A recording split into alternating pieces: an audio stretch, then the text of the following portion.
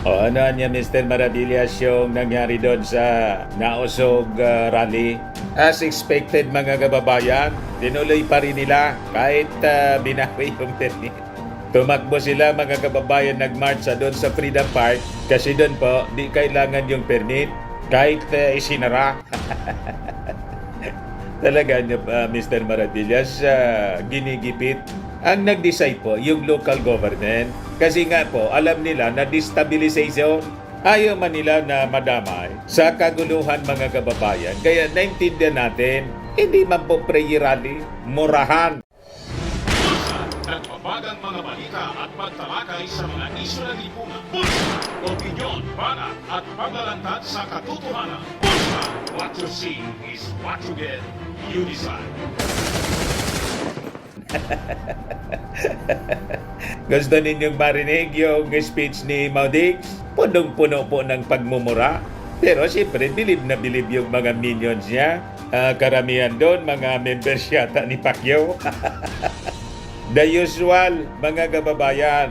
Nandun si Harimau, nandun si Glenn Chong, nandun mga kababayan si Sal Panelo yata. Yung iba hindi na kilala. Yung dating mga senador, na kalyado nila si Bato, si Robin Padilla, hindi ko rin nakita doon. Mga kababayan, yung aspiring senator na si Philip Salvador, iwan ko, baka hindi ko lang nakita. Baka nandun, hindi ko lang napansin. Kasi mahaba. At saka, unang-una, hindi man tayo interesado sa kanila. Sayang lang ang pasweldo dito sa mga artista. Di ba? Pili na po tayo mga kababayan noong mga may maitutulong po sa ating bansa. Hindi lang yung dahil kilala kasi artista. Mr. Maravillas niya, gusto naming marinig yung kung anong pinagsasabi ni Maudix. The same po. Ang issue niya, mga kababayan, kinalkal yung history ng Pilipinas. Anti-American po. Pero may anak pala siya na American citizen daw. Kita mo mga kababayan, pinagpipilitan mga kababayan ni Maudix kasi ang rason niya sa pagpapatipon to defend the flag, defend the Constitution. Bakit inaano ba yung Constitution natin? Pinagpipilitan mga kababayan yung Constitution gustong pangialaman ng ating Pangulong BBM kasi gustong extend yung termino or gustong But before ko mga kababayan bigay sa inyo yung full story ng mga balitang yan, click subscribe muna dito sa ating YouTube channel and hit the notification bell para lagi po kayong updated sa mga kaganapan dito sa ating bansa. Like and share na rin po ninyo ng ating video at huwag na rin po ninyo na skip yung ating mga commercial ads para tuloy-tuloy lang ang pag-unlad ng bagong Pilipinas. Sa mga naganap ng Malinis and Spacious Fitness Gym, pumunta na lang po kayo sa aming Colossal Fitness Gym. We also offer Grab car rental with our brand new 2023 model ng Toyota Innova. We also accept booking for those who are planning to travel via PAL, Cebu Pacific and other airline companies, local and international, and Meralco Bills, Aleco Bills, PLDT, etc. Ang Colossal Fitness Gym is located at 3rd floor Security Bank Building, Lanco Business Park, Legazpi City, Albay. For inquiries, look for Gilon Maravillas. Contact number 0966-802-0949. Lagi na pong matao sa amin. Na-set up na rin yung aming mga bagong gym equipments. May treadmill na rin po kami. Ito naman po yung bago naming product na binibenta online.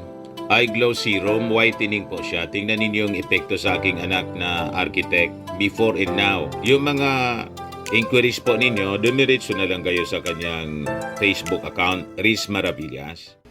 Ito naman po, Firmax Firming and Lifting Cream, pinapahid po sa mga pulses and affected area. Mainam po siya sa mga pains, mga paninigas na mga kaso-kasuan. Pinapahid-pahid lang po siya sa mga pulses.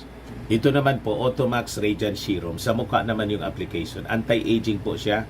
You will look 10 years younger than your age. Sa mga cancer patients naman po, baka lang gusto ninyo itong itry. Ningxia Red Mix Fruit Drink. Hindi man po siya gamot, food supplement siya. Kaya lang, gawa siya mga kababayan sa goji berry. Yung goji berry may anti-cancer properties. Yung mga inquiries po ninyo, dumiritso na lang kayo sa aming messenger sa Facebook para masagot namin agad. Ayos pa?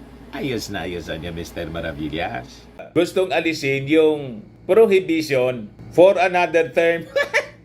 May narinig kayong agendang ganon mga kababayan sa ating Pangulong Bongbong Marcos or kay Martin Romualdez? Di ba? Ang isinusulong po ng ating Pangulong Bongbong Marcos, economic chatsa. Wala po sa politika. Ang nagsusulong po ng amendment sa politika na pangialaman yung term of office, si Robin Padilla. Kaalyado niya, mga kababayan. Gustong ipattern sa Amerika ni Robin Padilla na yung presidente 4 years, entitled sa re-election. Pati yata yung mga senador. Walang ganun pong agenda yung ating Pangulong Bongbong Marcos. Balubagi po ang ginagawa ni Maudigs. Ma-justify lang po ang destabilization. Sabi ni Trillanes, destabilization na niya ito. Pati yung investigasyon sa Senado ni Bato, may kumpasan niya dyan si Digong na ang purpose niya iupo si Inday. O ngayon, pakinggan natin mga kababayan yung sinasabi dito sa speech ni Maudigs. Ito po. Iparinig ko po sa inyo, mga kababayan. Nang presidente na ako, sa habang panahon naging mayor ako ng siyudad ng Davao, 23 years plus 6 years as president. Wala na akong mahingi sa Panginoong Diyos kung ano pa ng biyaya na maibigay niya sa akin. Sabihin ko na sa inyo at sa lahat, ako na po'y handang mamatay. Tapos na po ako.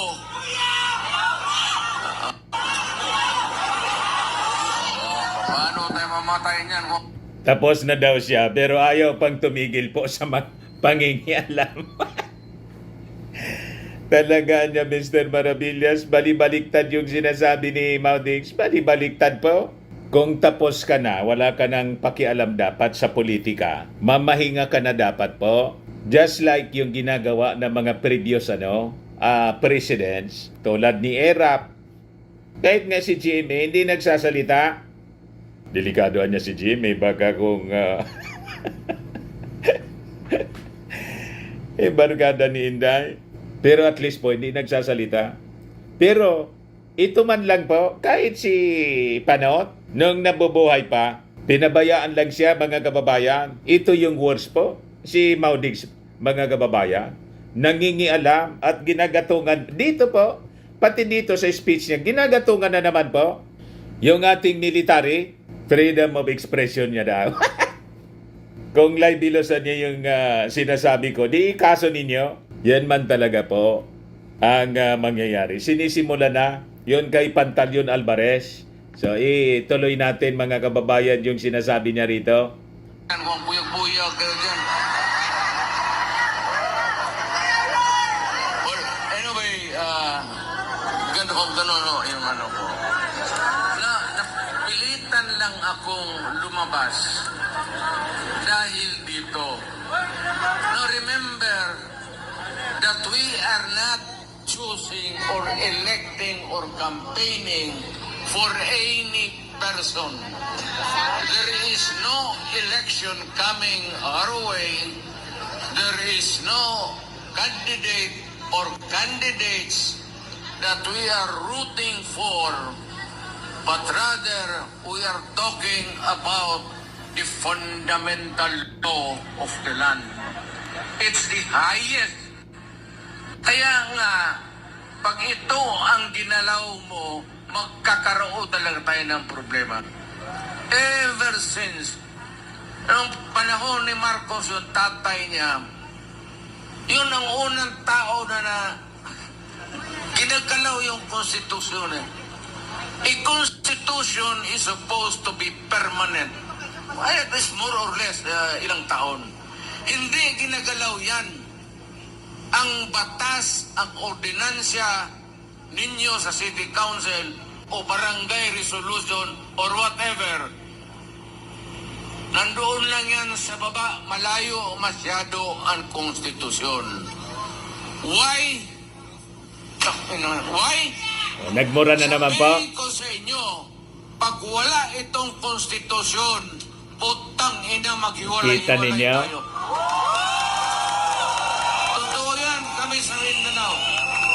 Kaya mga kababayan, sabi ko sa inyo, hindi man prayer rally, murahan rally, distab rally, mga kababayan yung ginagawa niya. So, tama yung sinasabi po ni Trillanes. Sa lupa, sa lahat. So, ang aming buwis malalaki rin. Kasi ang Davao, ang Mindanao, ang development malawak. So maraming pera ang gobyerno nakukuha doon. So we can survive. Sabi nga nila, of course. But you know, ako dito sa Cebu, Danao ang tatay ko. Nanay ko, Mindanaoan. May konting, ako, Moro blood. But yet, I said, I'm forced to come out. Why? Because I love my country. Period.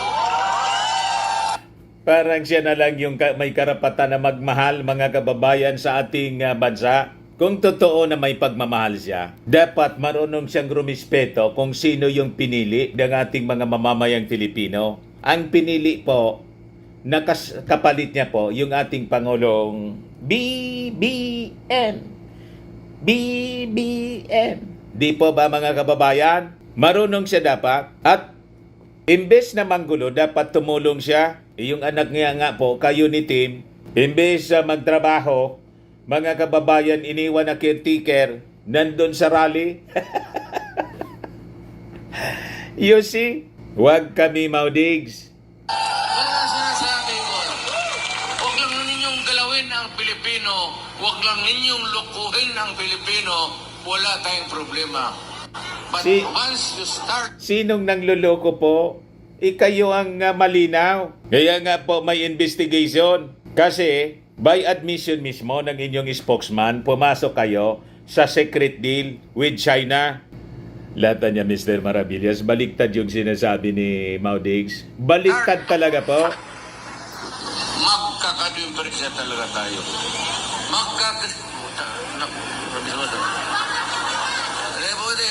Mindanao, lumilipad ako kung saan. At nagrarally naman kami sana sa mga lugar.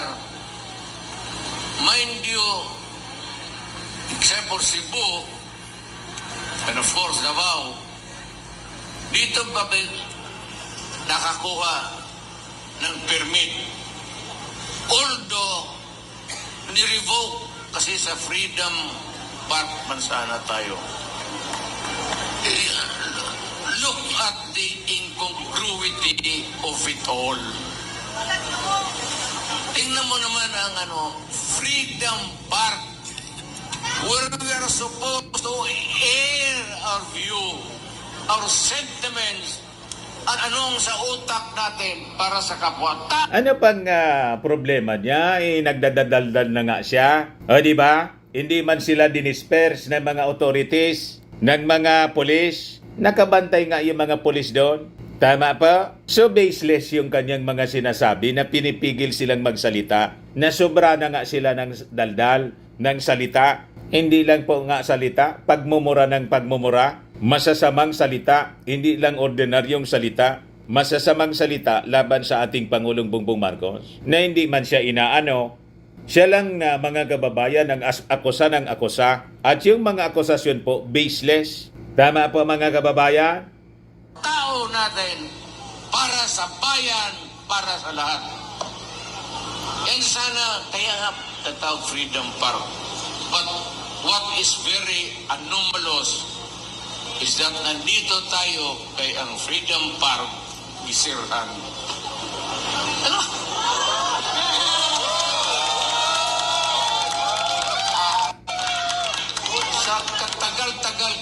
mayor ay never did it. Even go back. Sinong gustong mag-rally doon? Maranao, Maguindanao, Moro people, Miswari, nasyonalista, liberal, PDP noon election. Gamitin ninyo. Huwag nang permit. Sa Davao, walang permit. Mamili lang kayo doon sa caretaker sa plaza. Anong araw na bakante itong plaza? Magpa-schedule kayo. O sige, amin itong araw na ito. Inyo yan. Inyo yan. Bakit? God damn it, this is a public place. Hindi ito mayari ng sudan. Hindi ito mayari ng tao. Ang mayari nito ang buong Pilipinas. Kailangan ipasok ninyo yan sa utak ninyo. Kaya tayo nagmamahalan dahil isang dahil ka magkamukha tayo. Yan mga kababayan yung sinasabi niya. Pero sabi po ng ng grupong karapatan, more than 4,500 na mga kaso ng pagsikil sa freedom of expression pag nairehistro noong panahon ng kanyang administrasyon. At kasama doon, mga kababayan, yung pagpasara ng ABS-CBN. Pero sa kanya tama yon, mali sa SMNI. Double standard po. Pagkakampi, okay. Pag hindi kakampi, dapat ipasara. May ganon, mga kababayan. Tuloy natin, mga kababayan. Tayo, mali race. Kaya lang sa ulo, pumasok yung evangelist ng Islam. Dito naman sa... Kung saan napunta yung kwento po. Pumasok itong Magmumura na naman. nakialam sa ating bayan. Ang masakit nito, pumunta sila dito, ayoko namang stayed here for 400 years. Putang ina. Gaano katagal yung 400 years? Alipid tayo sa sariling bayan natin ng mga panyaga. Pagkatapos ng Espanyol, pumasok ang Amerikano. Napunta sa history po. Yung lahat ng magagandang kahoy natin sa bukid, lahat ng minerals na nakuha nila, na madali nilang hukayin, kinuha nila. Anong iniwan nila 1945? After the war, hindi man sana tayo kasali sa gera na yun. Hindi yung mga Amerikano nandiyan yung base. Kaya ngayon, kita mo kung saan sila naglalagay ng harap ng China si Edgap Basa. Alam mo, pag nagkagirap, pagputok lahat yan. Alam mo, ang China, kasi ganoon lang bright yan. Mananakot na naman po, mga kababayan. Iyan yung narrative nila na dahil sa presence po ng mga base militar, it will become a magnet ng gira. The same narrative po ng mga anti-Marcos nung tatay ni President Bongbong Marcos, nang nasa likod po, China. Di ba? Pinaniwala po tayo at nakumbinsi yung mga senador. Tinanggal yung base militar. Ayun, humabanti yung China. Huwag na tayong pauuto, mga kababayan. Kaya pala sila yung interesado. Yun ang linya ng narrative ni Maudig sa kanyang speech po. Galit sa Amerika at pabor sa China. Ang missile na yan nakatutok na sa Pilipinas. Kaya hindi ako galit sa Amerikano. Ang mga... Huwag maniwala. Well, anak, ako na American citizen. Wala akong tao por tao. Wala akong problema. Ang problema ninyo... Kaya pala, nung panahon niya, mga kababayan, almost wala yung yung balikatan kasi yun po ang agenda, mga kababayan. Dumistansya sa Amerika Nyo, Amerika. para makabuelo yung China. Kayong noong mayayaman at mighty, may mga armas, pumunta kayo dito sa Asia. Yung maliliit na kinuha ninyo, conquered and all. Yan ang history natin. Ngayon, okay lang. Binigyan tayo ng Independence Day.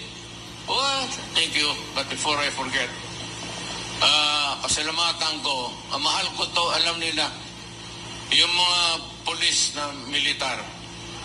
Naglalagis-lagis siya sa mga polis militar. Akin yan, maniwala kayo. May gatong Akin po. yan, militar, pati polis, sa tao yan.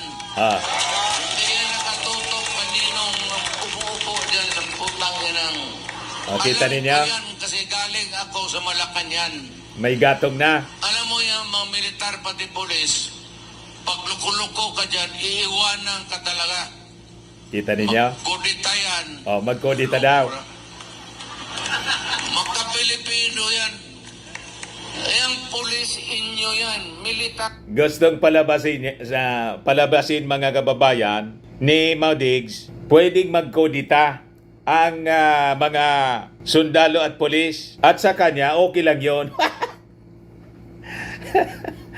You see, nanggagatong mga kababayan. Militar inyo yan. Huwag kayong matakot. Pag magpunta dito, wala yan.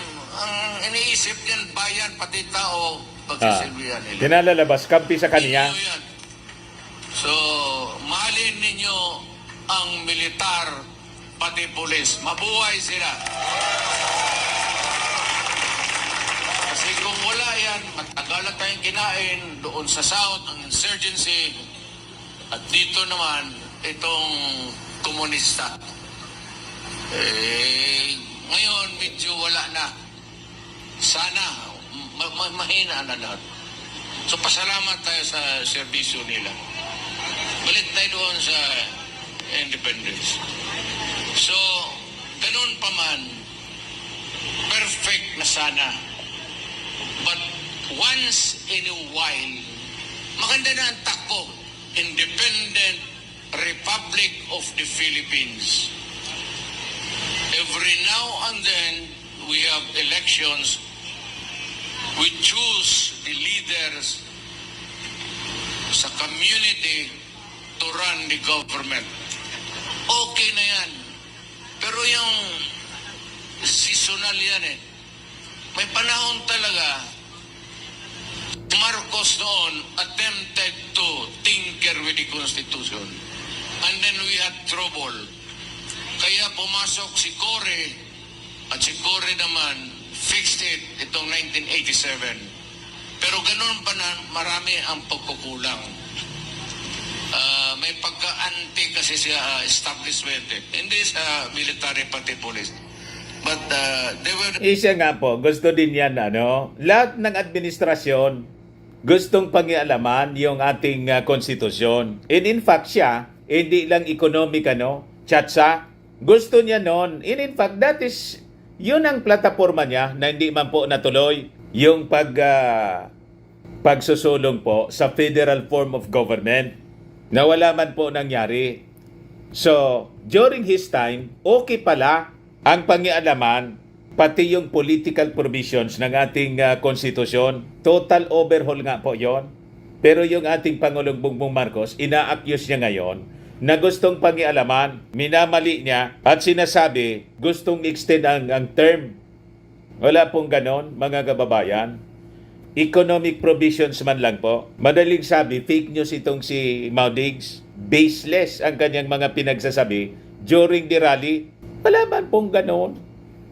So ginagamit niya yung issue sa defend the flag, defend the Constitution, accusing our President na gustong extend yung term Which is not true. Kasi nga po, economic provisions lang ang isinusulong po, wala sa politika ng ating Pangulong Bongbong Marcos. Napakalinaw po.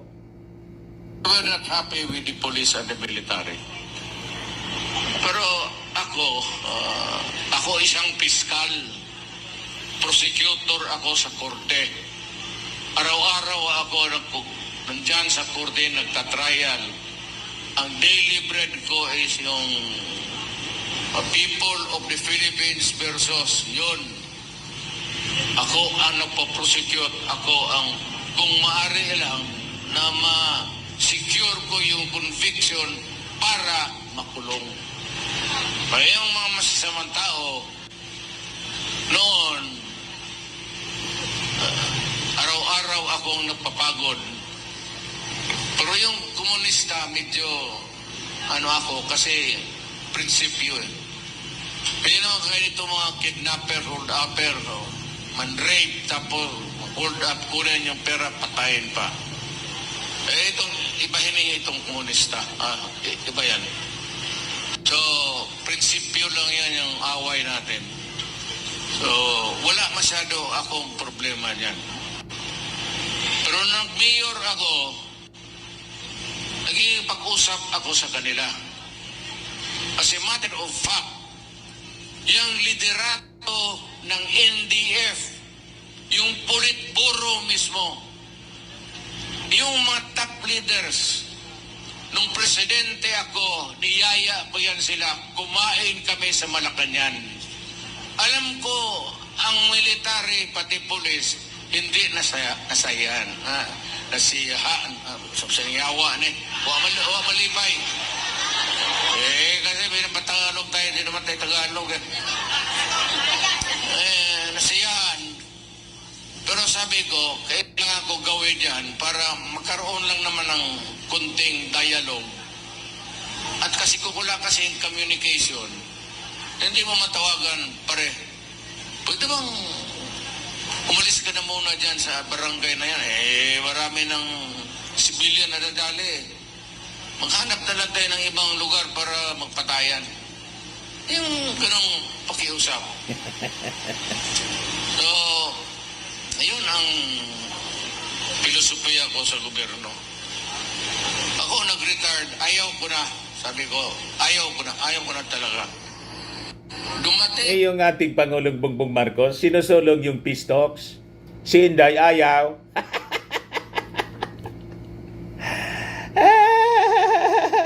Inconsistent sila, mga kababayan. Di ba yun ang policy ngayon ng ating Pangulong Bongbong Marcos? Ito, bigla na lang ito ngayon, si Marcos. Hindi pa naman, in fairness to him, hindi pa naman nag-uumpisa, pero may plano sila ng chat-chat. Dito na pa. Change the Constitution again. Huwag mong pakialaman yung konstitusyon kasi that is good for 10 to 15 years. Bakit naman hindi pakialaman? May power sila. May right silang pakialaman. Kasi nga po, hindi naakma sa pangangailangan ng mga mamamayang Filipino. Pero itong pangingialam sa ating konstitusyon, walang kinalaman sa politika na gusto nilang extend yung kanilang yung term of office nila. Kasi nga po, economic provision lang. Pero pinagpipilitan ninyo na ang agenda, extension, walang katotohanan. So, ibig sabihin, baseless ang inyong mga pinagsasabi. Tama po, mga kababayan. Ituloy natin yung sinasabi niya rito. Unchanging yan. Kaya lang kinakalkal mo, and every time yung tatay, pati ngayon itong anak, si Ferdinand Jr., gustong baguhin. Alam mo itong konstitusyon dala ko. Yung putang inang na itong konstitusyon na ito, ilang pages yan. Alam mo, gusto nilang pakialaman? Ang gusto nilang pakialaman,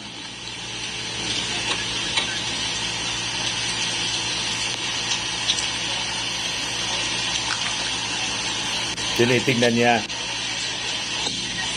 kung ano yung gustong pangialaman na hindi man totoo po.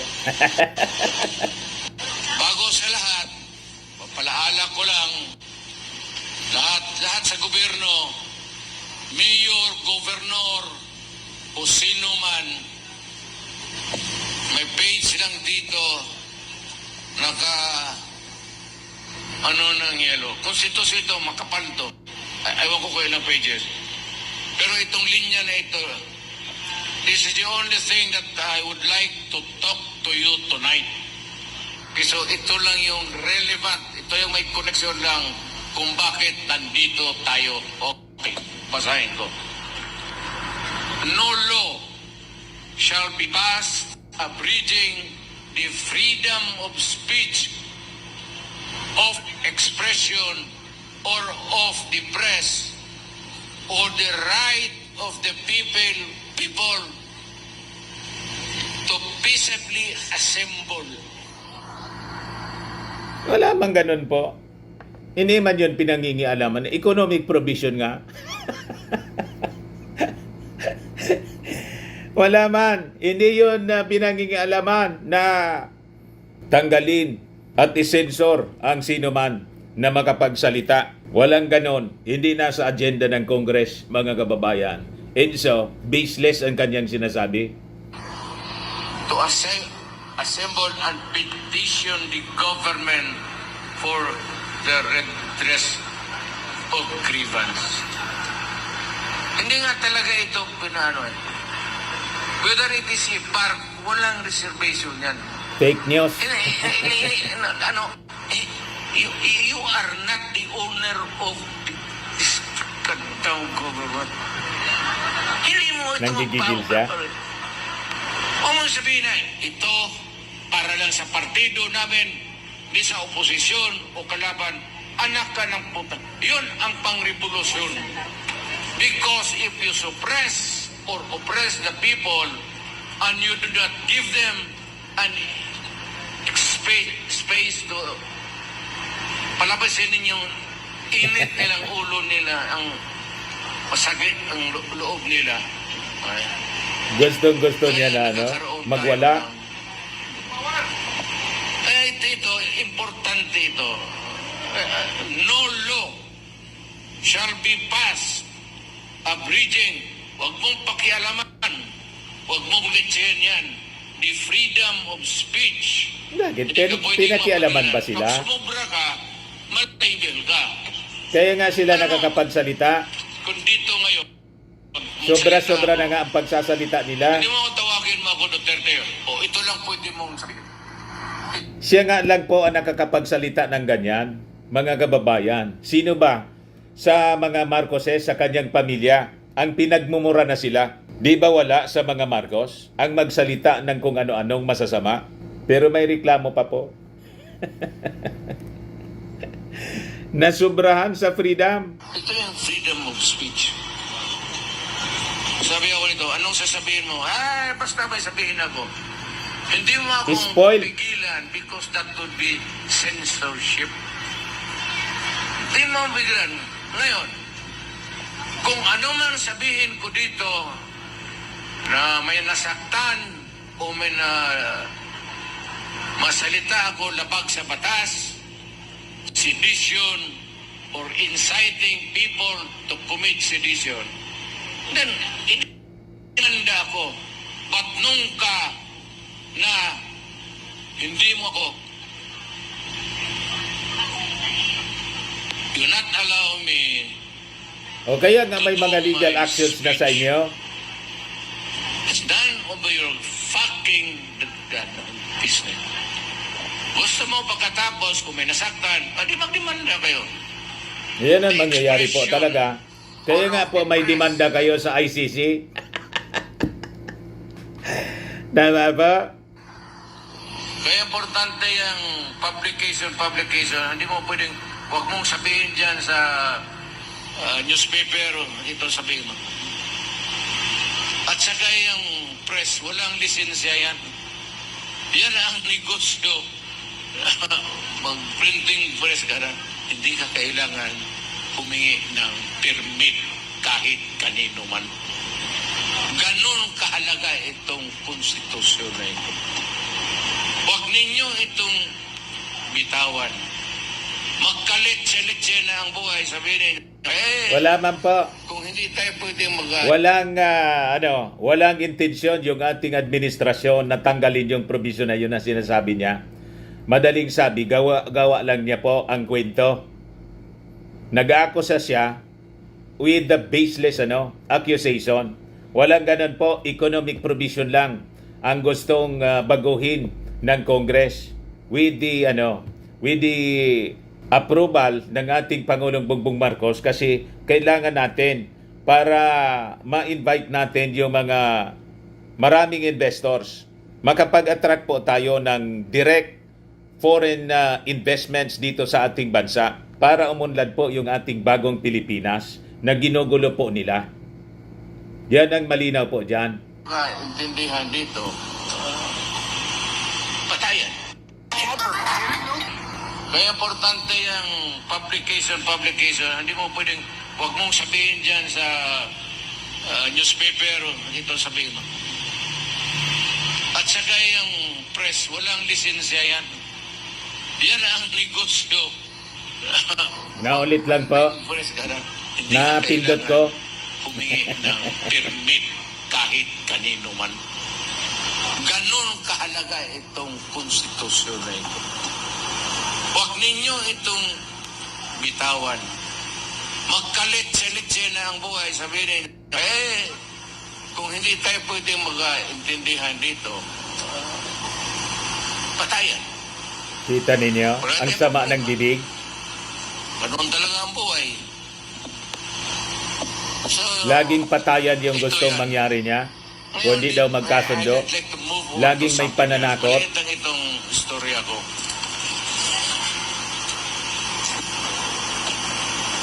Ito bang tsa-tsa? Ito na po. Sabi ko yung konstitusyon na permanente. Hindi yung batas, ordinansya na palit-palitan mo kung ayaw mo o maybe to attune to better times, the changing business climate, pwede yan, ordinanya. Pero itong constitution, huwag mo talagang gawin ng Kaya nga, pwede pala yung sa economic. Siya mismo nagsabi po. bakit ang tsa-tsa? Bakit bago lang itong constitution? Why tsa-tsa? Pero sinisingit niya, may politika daw, political provisions. Wala po. Matter about our... Anong probinsya mo? Wala. Perfect itong konstitusyon natin. Ngayon, may isang page lang sila. This is Article Yan na po. 7 of the Section 4 of the Constitution. Isang sentence lang yan. Isang phrase lang ang gusto nilang tanggalin. Ano yan? The President and the Vice President shall be elected by direct vote of the people for a term of 6 years. Only yan. Which shall begin at noon on the 30th day of June next following the day of the election, and shall end at noon of the same day 6 years thereafter. 6 years. One term, 6 years. The President shall not be, the President shall not be eligible for any re-election. Kaya dito si Marcos, hindi na talaga siya pwede. Kaya gusto niyang Sino naman nagsabi na pwede? Ina-accuse niya na gusto ng ating Pangulong Bongbong Marcos, mga kababayan, na i-amend yung konstitusyon kasi gusto niyang extend yung kanyang term. Walang ganun po. baguhin ang konstitusyon. Ito lang putang inang sentence na to. Walang ganun po. Hindi totoo. Para lang Fake news. makatakbo uli. Kaya kasi Para dito, makatakbo daw uli yung Pangulo. the president Walang shall ganon. not be Fake news. be eligible for any election. Baseless accusation.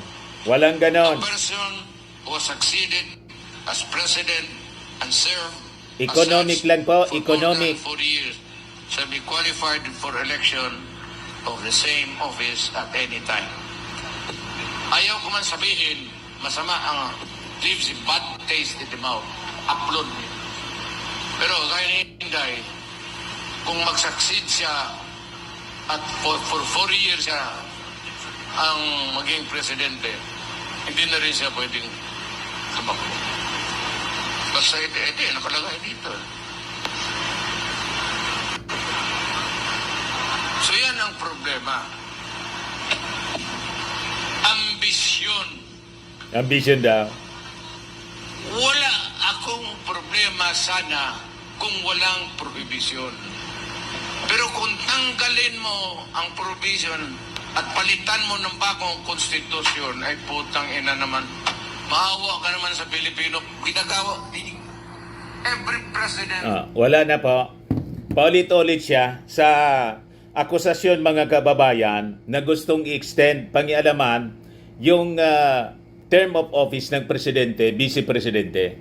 Walang ganun po sa isinusulong na charter change ng ating Pangulong Bongbong Marcos. Napakalinaw po yan.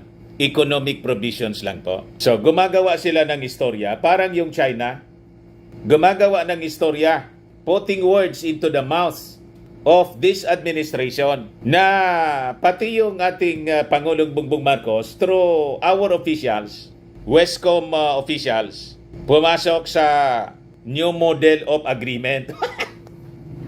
Kita ninyo, pare-pareha sila. Magagaling sa paggawa-gawa ng kwento. Ayan man lang po, mga kababayan. Pasensya na po, masakit sa tainga, pakinggan. Kailan kailangan ibigay ko po sa inyo para malinaw natin yung mga importanteng issue po at hindi kayo madala sa kanilang mga propaganda, sa kanilang mga kwento na wala man pong katotohanan. Ayos pa? Ako po si Dante Maravillas. Bye-bye. God bless.